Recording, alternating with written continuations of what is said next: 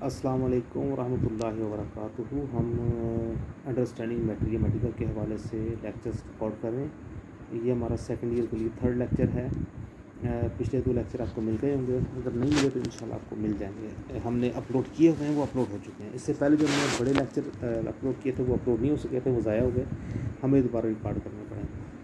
تو second year کی جو نیکسٹ دوائی ہے وہ ٹیرنٹولا ہسپانیکا ہے۔ ٹیرنٹولا ہسپانیکا اینیمل کنگڈم میں سے ہے۔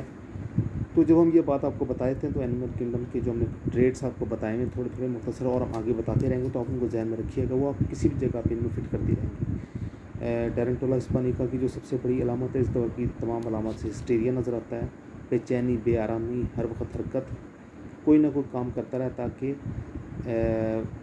ذہن اس کی طرف بیماری کی طرف نہ جائے۔ بے آرامی آرسینی کا ملبہ کی طرح ہوتی ہے لیکن اس سے زیادہ ہوتی ہے۔ پاؤں کے رکھنے کی مثال زنکا میٹالین کی طرح، مگر اس دوا میں ہاتھ بھی ہر وقت حرکت کرتا رہتا ہے۔ چنانچہ راشا لیٹی ہوئی حالت میں دائیں بائیں لڑکتے چلے جانا وغیرہ، عورتوں میں جنون شہوت اور بہت حساس تولیدی اعضاء، گانا مریض پر خاص اثر رکھتا ہے، مریض لومڑی کی طرح چلا کر بے رحم ہوتا ہے۔ اس کے اندر ایک خاص بات اور ہے کہ ٹیرنٹولا ہسپانیکا کے اکثر اوقات جو پیشنٹ ہوتے ہیں وہ کرپٹ ہوتے ہیں بہت زیادہ، یعنی ان میں جنسی جو رجحان بہت زیادہ پایا جاتا ہے۔ تو اس کی ہم کمی زیادتی کو دیکھیں گے تو حرکت کرنے سے، چھونے سے، شور سے، اوروں کو تکلیف میں دیکھنے سے، جبکہ کمی مرض کھلی ہوا میں راگ رنگ سے، چمکیلے رنگوں سے، معاف مقامات کو مالش کرنے سے۔ تو ناظرین، جو اگلی دوائی ہے وہ بھی بہت شاندار ہے۔ اس کا یہ ڈایاسپوریا کلوسا، یہ اینیمل کی جگہ پہ پلانٹ کنگڈم میں سے ہے۔ پلانٹ کنگڈم پہ جب ہم ذکر کر دیں گے تو پلانٹ کنگڈم سے ریلیٹڈ جتنی میڈیسنز آپ کے سامنے آئیں گی اس میں آپ پلانٹ کنگڈم سے ریلیٹڈ بات کو کر سکتے ہیں۔ اس میں صرف یہ کہ میں اب تک جتنی دوائیاں پڑھی وہ شوٹس تھے، یہ روٹ ہے، یعنی کہ یہ زمین کے اندر موجود چیز ہے۔ تو ہم اس کو بھی آہستہ سے ڈسکس کرتے جائیں گے۔ ڈائسکوریا کالوسن کی مانند کولنجی دردوں کی نمایاں دوا ہے۔ اس کی علامت نہایت واضح ہیں، درد ناف کے مقام سے شروع ہوتا ہے اور تمام جسم میں حتیٰ کہ ہاتھ پاؤں کی انگلیوں کی صورت تک پھیل جاتا ہے۔ تھوڑے تھوڑے عرصے کے بعد اس کی شدت میں اضافہ ہوتا ہے، درد کو کھڑا ہونے، چلنے پھرنے اور خصوصاً پیچھے کی طرف پکڑنے سے آرام آتا ہے۔ یہ علامات کالوسن کے بالکل الٹ ہیں، کیونکہ کالوسن میں آگے جھکنے سے آرام آتا ہے، البتہ دباؤ سے آرام آنا دونوں میں مشترک ہے۔ دردوں میں دباؤ سے آرام کا نا کالوسن اور میگنیشیا فاس کی مانند ہے، لیکن اس میں ایک مشابہت کے علاوہ ڈائسکوریا ان دونوں دواؤں کے علاوہ کوئی دیگر مشابہت نہیں بلکہ ان کے الٹ ہے۔ یہ مخصوص درد حیضہ طفلی یعنی بچوں کے حیضہ، بندش حیض، پردرد حیض، خصیت الرحم کا درد، پیڑوں کے عوارض، ریحی کولنجی بواسیر، بائی والے اور اعصابی کولنجی درد، بد ہضمی، چائے نوشوں کی رہائی، شدید کولنج پتا اور جگر کے درد وغیرہ میں پائی جاتی ہے۔ ناخنوں کی جڑ کی پردرد سوزش میں بطور مجرب مستعمل ہوتی ہے، خصوصاً ابتدائی درجے میں جب یہ سوزش بار بار واقع ہو تو کارآمد ہے۔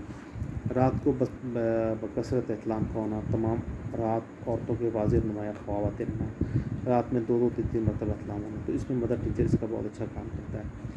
جگر سے درد دائیں پستان کی طرف تیزی سے جاتا ہے اور پتے کا درد چھاتی، کمر اور بازو میں جاتا ہے۔ صفراوی کولنج میں 20 سے 40 قطرے مدر ٹیچر 4 اونس پانی میں چمچ بھر کر ہر 30 منٹ بعد دیں۔ تو اس کی ہم دیکھ لیتے ہیں اب زیادتی اور کمی۔ تو اس کی زیادتی ہوتی ہے شام اور رات کو لیٹنے سے، دورہ ہونے سے۔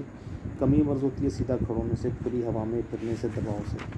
اس کی مسئلہ ہے کیمومیلا اور کیمفر۔ نیکسٹ دوائی روٹا گریولنز ہے، تو یہ بھی پلانٹ کنگڈم میں سے ہے۔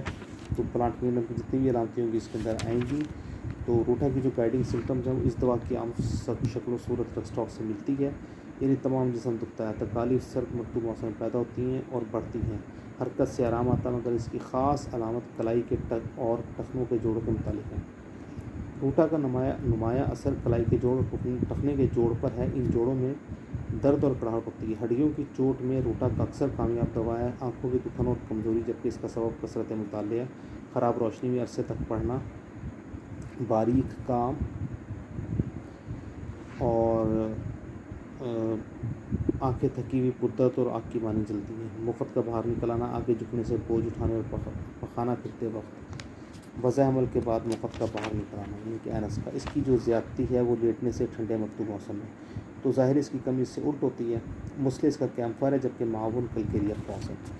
اگلی دوائی ہے سورائنا، یہ مشہور زمانہ نوسوڈ ہے جو کہ سورائسس سے مل کر بنا ہے۔ اس کا یہ بہت ہی بڑی دوائی ہے اور ہر مرض میں یہ کام آتی ہے۔ ہر ہومیوپیتھک ڈاکٹر اس کے بارے میں پتہ ہونا چاہیے۔ اس کو استعمال کرانا آپ نے کم از کم 235 سے استعمال کروانا شروع کرنا ہے. یہ کبھی کبھی استعمال کروائی جاتی ہے. سورائنم کے اندر جو سب سے بڑی چیز ہے وہ بدبو ہے. اس کی تمام رطوبات بدبودار ہوتی ہیں. پخانے سیاہی میل بھورے دستوں کی مانند زور سے خارج ہونے والے جسم سے بدبو کا بھڑک آتا ہے. خواہ مریض تازہ نہایا ہو. جلد عموماً خشک اور پسینہ نہیں آتا. اگرچہ عموماً جلد خشک ہوتی ہے مگر ہاتھ بیماری کے بعد بہت پسینہ آتا ہے. مریض سردی بہت محسوس کرتا ہے، یہاں تک کہ گرمیوں میں سر پر گرم ٹوپی پہنتا ہے اور گلے میں مفلر اوڑھ کے رکھتا ہے. اکثر زکام لگنے کی عادت ہوتی ہے. مریض بہت کمزوری اور تھکاوٹ محسوس کرتا ہے. ہاتھ امراض کے بعد رہ جانے والی کمزوری کے لیے بہترین دوا ہے. پرانے امراض میں جب تجویز کرتا دواؤں سے آرام نہ ہو سورائنم دیں. جہاں سلفر کام نہ کرے سورائنم دیں. جلدی ابھاریں، کھجلی بستر کی گرمی میں بڑھے، ابھارے گرمیوں میں غائب ہو جائیں اور سردیوں میں نکل آئیں. اتنی کھجلی ہو کہ کھجلا کر زخم کر دے. اور سلفر اور یہ دوا ایک دوسرے کی مددگار ہیں. سر درد کے ساتھ بھوک لگتی ہے. اس کی اگر موڈیلٹیز کو دیکھیں تو اس کی موڈیلٹیز میں ہے جی جو پیشنٹ ہے وہ کافی پینے سے، کافی استعمال کرنے سے سورائنم کے مریض کو آرام نہیں آتا. موسم کی تبدیلی سے تیز دھوپ میں سردی میں آرام نہیں آتا. جبکہ کمی مرض ہوتی ہے گرمی سے، گرم کپڑے پہننے سے، یہاں تک کہ موسم گرما میں بھی گرم کپڑوں سے آرام معلوم ہوتا ہے. معاون اس کی سلفر ٹیوبرکلونین ہے. اگلی دوائی اینیمل کنگڈم سے ہے اور نہ ہی پلانٹ کنگڈم سے، بلکہ یہ کیمیکل سے ہے، یعنی کہ میٹل سے. اس کا نام ہے ایلومینا. تو جو تمام ہم نے میٹلز میں بات پڑھی تھی اس کو ہم نے یہاں پر بھی اپلائی کرنا ہے. ایلومینا زیادہ تر مقد کی علامات میں پہچانی جاتی ہے. مقد کو جیسے فالج ہو گیا ہو، کیونکہ نرم پخانے کے لیے بھی بہت زیادہ زور لگانا پڑتا ہے. پخانہ یا تو سخت اور کانٹدار ہوگا یا نرم پر لیسدار، مگر مقد کی فالج والی حالت ضرور پائی جائے گی. ڈبوں کے اور بناوٹی دودھ پر پلنے والوں بچوں کی قبض میں تقریباً مجرب ہے. ٹائیفائڈ میں انتڑیوں سے خون، جریان خون جگر کے مانند لوتھڑوں کی شکل میں خارج ہو، چاک کوئلہ وغیرہ کھانے کی خواہش. آلو کبھی موافق نہیں آتے. عورتوں کو بھوس اور لکوریا، زرد لیسدار تیزابی بہت نفات پیدا کرنے والا اور اس قدر زیادہ مقدار میں کہ اگر کپڑا نہ بندھا ہو تو ٹخنوں تک بہہ جاتا ہے. ماہواری میں بھی لکوریا کی مانند بہت کمزوری پیدا ہوتی ہے کہ بولنا مشکل ہو جاتا ہے. ٹانگیں کمزور اور بوجھل، آنکھیں بند کر کے نہیں چل سکتا، لڑکا رہتا ہے. ایڑیاں سن، گانے اور تقریر کرنے والوں کی آواز بیٹھ جانا. اس کی آپ اگر کمی بیشی دیکھیں تو وہ سرد ہوا میں زیادتی ہوتی ہے. موسم گرما میں بیٹھا رہنے سے، آلو کھانے سے، شوربہ اور شراب پینے سے، ہر تیسرے روز حلال اور قدر کے موقع پر. جبکہ کمی مرض میں گلابی موسم گرما میں، یعنی جب ہلکی کی گرمی ہو، گرم اشیاء کے پینے سے، کھانا کھانے کے دوران میں، مرطوب آب و ہوا میں، کھلی ہوا میں، ٹھنڈے پانی میں نہانے سے شام کے وقت علامات میں کمی پیدا ہوتی ہے. اس کا مثل ایپی کوک اور کیمومیلا، اور جبکہ معاون اس کا برائیون ہے. اگلی دوائی پھر ہماری کیمیکل یعنی کہ میٹل سے ہی ہے. فیرم فاس. یہ فیرم اور فاس دونوں سے مل کر بنا ہے. بہت ہی شاندار دوائی ہے. سوزش کی ابتدائی دوائی ہے. اس کے بغیر آپ کسی بھی مریض کا علاج شروع نہیں کر سکتے. تو فیرم فاس اگر آپ کی کلینک میں نہیں ہوگی تو آپ کو علاج کرنے میں انتہائی شدت دشواری پیش آئے گی، کیونکہ کسی بھی مرض کے آغاز میں جو دوائی سب سے بہترین ہے وہ فیرم فاس ہے. یہ بایو کیمیکل سب سے پہلی طرح سوزش دوائی ہے. چنانچہ جہاں کہیں بھی سوزش کی علامات پیدا ہوں یا بخار ہو تو بلا تکلف اس کا استعمال کریں. ایکونائٹ بھی سوزش اور بخار کی پہلی دوائی، مگر اس کا مریض پرخون ہوتا ہے اور علامات شدید ہوتی ہیں. فیرم فاس کا کیس ایکونائٹ کے بالکل الٹ ہے، یعنی مریض میں خون کی کمی ہوتی ہے اور علامات شدید نہیں ہوتی. چنانچہ سوزش کے پہلے درجے میں جب ابھی رطوبت پیدا نہ ہوئی ہو، فیرم فاس کو نمونیا، برونکائٹس، خشک کھانسی، پھوڑے، پیچش، تازہ زخم جو چوٹ سے پیدا ہوں استعمال کریں. یہ دوا فیرم فاس اور فاسفورس کا مرکب ہونے کی وجہ سے بہت بڑی جریان خون کی دوا بن جاتی ہے. اخراج خون چمکدار، سرخ اور جسم کسی حصے سے آ سکتا ہے. پیچش کی ابتدا میں جبکہ بہت خون آتے ہیں، خون تھوکنا، پھیپھڑوں کی سیل کی طرف مزاجی میلان، ایسے مریضوں کو اکثر نکسیر آتی رہتی ہے. نمونیا میں خالص خون تھوکنا، تازہ زخم اور ضربات، بچوں کی ہاتھ، برونکائٹس یعنی پھیپھڑوں کی ہوائی نالی کی سوزش. کمی خون والے افراد میں بدہضمی اور ترش ٹکارے. کمی خون والے مریضوں میں رات کے پسینے، غیر ہضم شدہ غذا کا پخانا یا بکثرت پانی کی طرح اسہال، جبکہ بخار کا ساتھ. اسہال اور بخار اکٹھے اکثر بچوں میں ملتے ہیں. دانت درد کو سرد پانی سے آرام آتا ہے.